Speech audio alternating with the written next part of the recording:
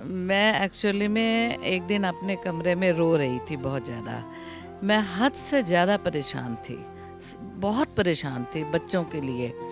तो मेरे हस्बैंड ने मुझे रोता हुआ देखा, तो वो टीवी देख रहे थे, तो विशेष जी का प्रोग्राम आ रहा था।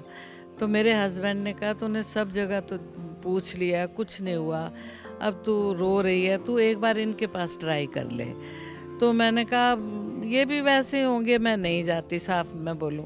तो कह रहे तू एक बार मेरे कहने पे जा यहाँ।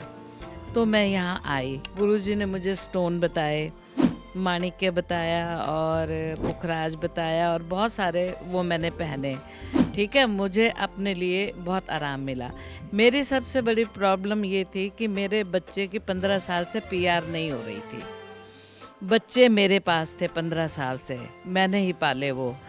तो वो उसकी पत्नी बहुत उदास रहती थी। तो गुरुजी ने उपाय बताया। तीसरे दिन मेरे बेटे का मुझे फ़ोन आया, मम्मी। मैंने कहा हाँ जी बेटा। सुबह सुबह गुड न्यूज़। मैंने कहा क्या बेटा? मेरी पीआर हो गई। मैंने कहा हैं?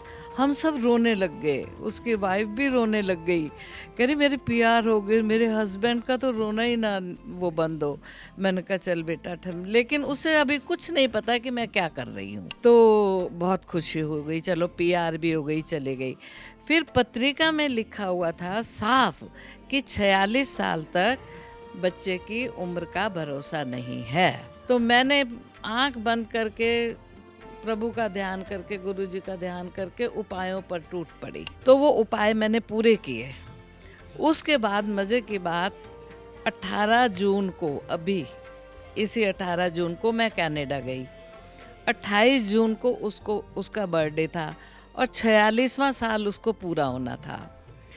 इधर केक वेक सजाया हुआ, सब तैयारियां हो रही, लेकिन मेरा अंदर से मन ना बिल्कुल बुझा हुआ था। बस गुरुजी को याद कर रही थी। मैं कहा गुरुजी, मैंने उपाय बिल्कुल इतनी श्रद्धा से किए हैं, आप जानते हो, अब मेरी लाज रख लेना आप। बस इतना कहना था कि बेटे का मैसेज आ गया कि मम्मा मेरा बहुत बड़ा एक्सीडेंट हो गया।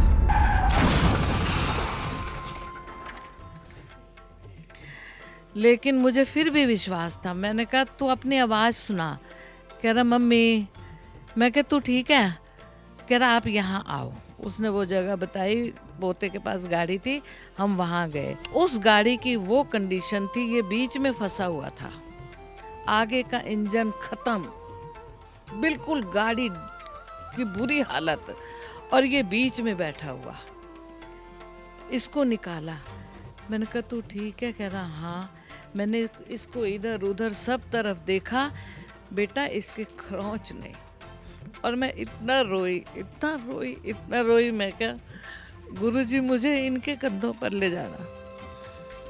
अगर कभी अच्छा कर्म किया हो लाइफ में, मुझे इनके कंधों पर ले जाना। मैं ये दुख न किसी माँ को मत दिखाना, लेकिन मुझे ये दुख मत दिखाना। मैं पैसा भी नहीं मांगती, अमीरी गरीबी भी जितना मेहनत करेंगे इनके नसीब में होगा। मुझे सबसे बड़ी यही सौगात आपने दी है कि मेरा बच्चा मेरी गोदी में डाला है। हृदय से मैं तो ये कहती हूँ, गुरुजी आप लाखों वर्ष जियो, करोड़ों वर्ष जियो, और इसी तरह हर माँ का, हर एक का कष्ट आप हरते रहो। प्रभु आपको इतनी दीर्घायु दे।